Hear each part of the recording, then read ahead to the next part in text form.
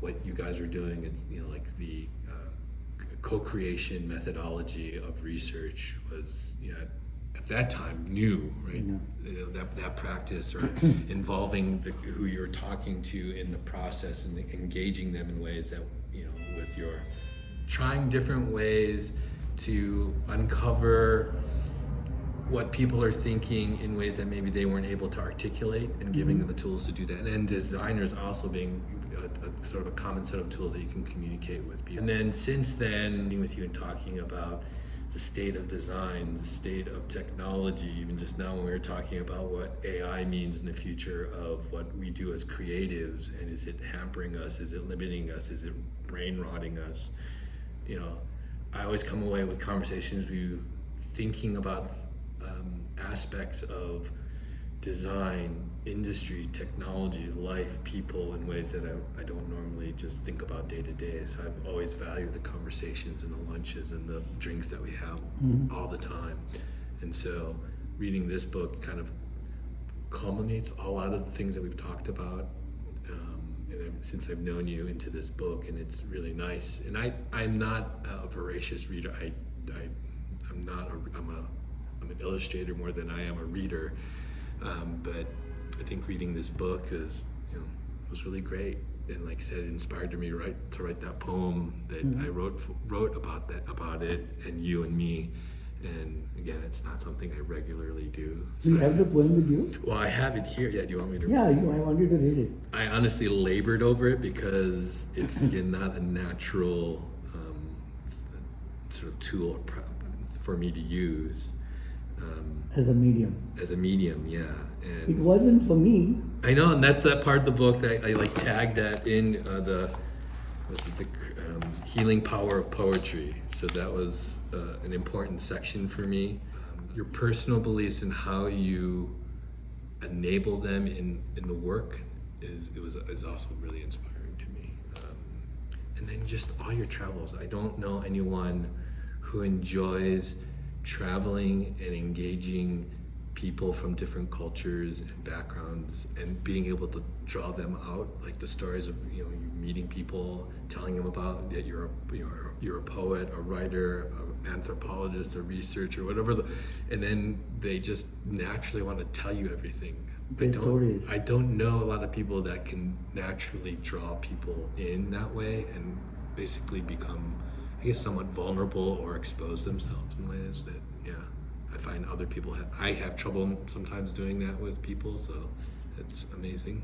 I don't know if it's natural or if it's practiced or it's just experience that you'd be able to draw on to do those things, but yeah, I think anytime I've talked to you, I feel like you're always listening, and not just listening to hear me talk, but reflecting it back to me and showing what you are hearing from me, and then reframing it in a way that maybe I wouldn't have done just on my own. So that, again, I don't know if that's because of years of experience doing that, or if it's just what comes naturally. In a way, yes. Yeah. But I would say, regardless of whether you are a form giver or an insight giver, I think designer's primary role, as I see it, is to absorb fragmented pieces of information in the world and to bring it all together, right? Yeah.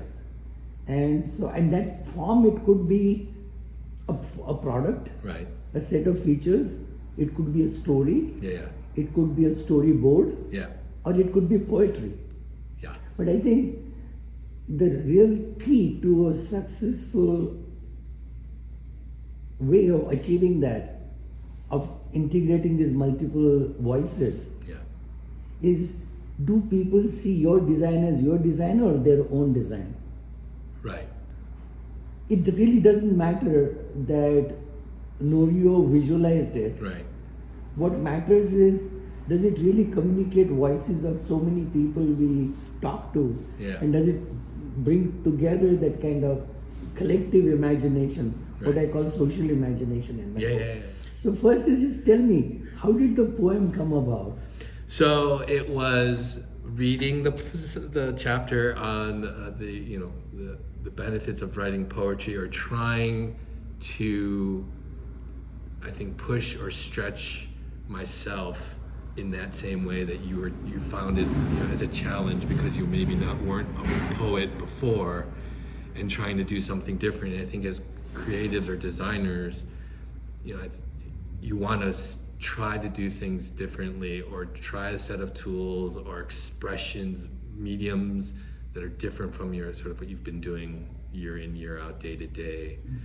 And writing has always been not something I find as a skill set that I would lean on or feel that I excel at. So, and not because you don't have it, but also because design education doesn't prioritize it. That is true.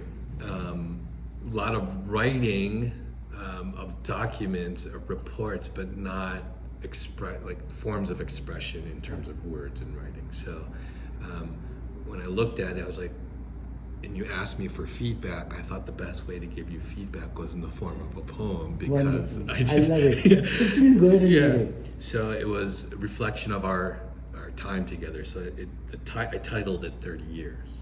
So here's, as I said, my attempt at a poem. 30 years. 30 years of history and friendship. 30 years of respect and caring. 30 years of co-creation and play. 30 years of thoughtful conversations and self-reflection. 30 years of sharing and guidance. 30 years of inspiration and wonder. A lifetime of curiosity and imagination. Fantastic. Again, it was trying find the structure, a theme, and then each line, I was like, is that the right one? Definitely one idea of play in there, because I really truly feel that you like to play in the work that you do.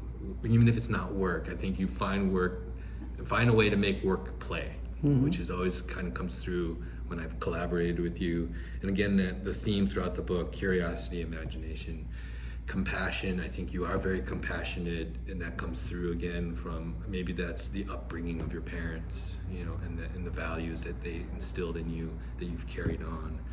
Empathy.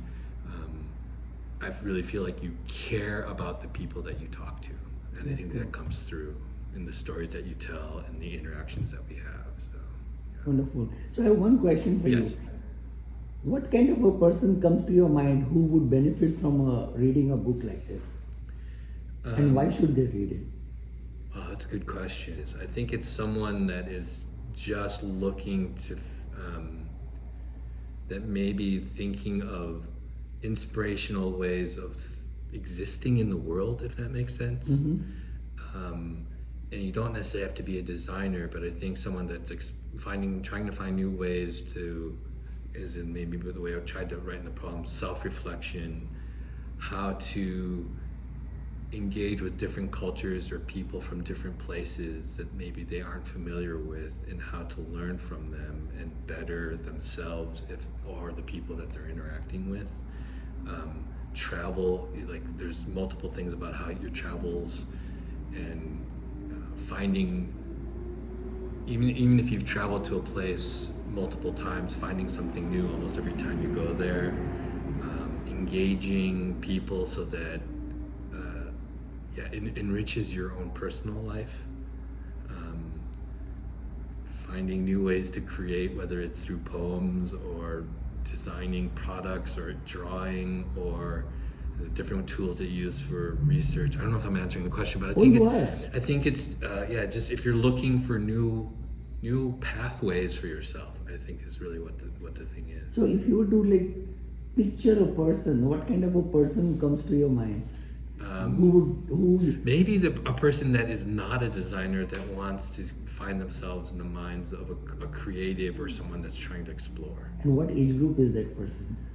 That's why I think I was telling you at the beginning is that I think it's how you read the book as someone that's new to, I'm imagining myself a first-year designer. I think we'll read this and see how it might guide them in the future. And then someone that is maybe older like myself, or maybe at the end of a career or a life cycle or stage, reflecting back and seeing how these pathways, how they might have traveled those pathways, and reflect back. So I think you almost want to see someone who's just starting out life, and seeing what their future might bring, and then someone who has gone through their life and reflecting back on those pathways. I think there's value in. I really feel if this book just opens people's minds, yeah, to just being curious, keep the mind open to receive whatever comes your way, observe, and believe that that's going to turn them into something better. And this is not about being designer. Right. It's just about being human with all the capacities we have to become creative. Yeah, and it goes back to the three themes: curiosity, compassion, imagination. And that's not solely to or only for designers or creatives. I think, like you said, everyone has the capacity to be compassionate, capacity to have imagination, and capacity to be curious. So, what are your comments on the design of the book? Well, I'm a little biased because I know Peter and I like the work Peter's done over the years, and when I worked with him at Fitch. So it's a really great book. I love, as we always talked about, at least at Astro as designers, having a tangible physical artifact that is the result of a lot of hard work that you put into, and you and Peter, to bring this book. So it's a beautiful book. And you saw this book, you opened and there are no pictures in it. Would that disappoint you? I don't know. I think there's a lot of design books out there that are sort of text-based. And again, the message you're trying to communicate, I think it comes through with, I didn't even think about that actually when I was reading that there were no pictures. But I don't think it diminishes the message that's being told by not having pictures. Wonderful. Thank you. Yeah.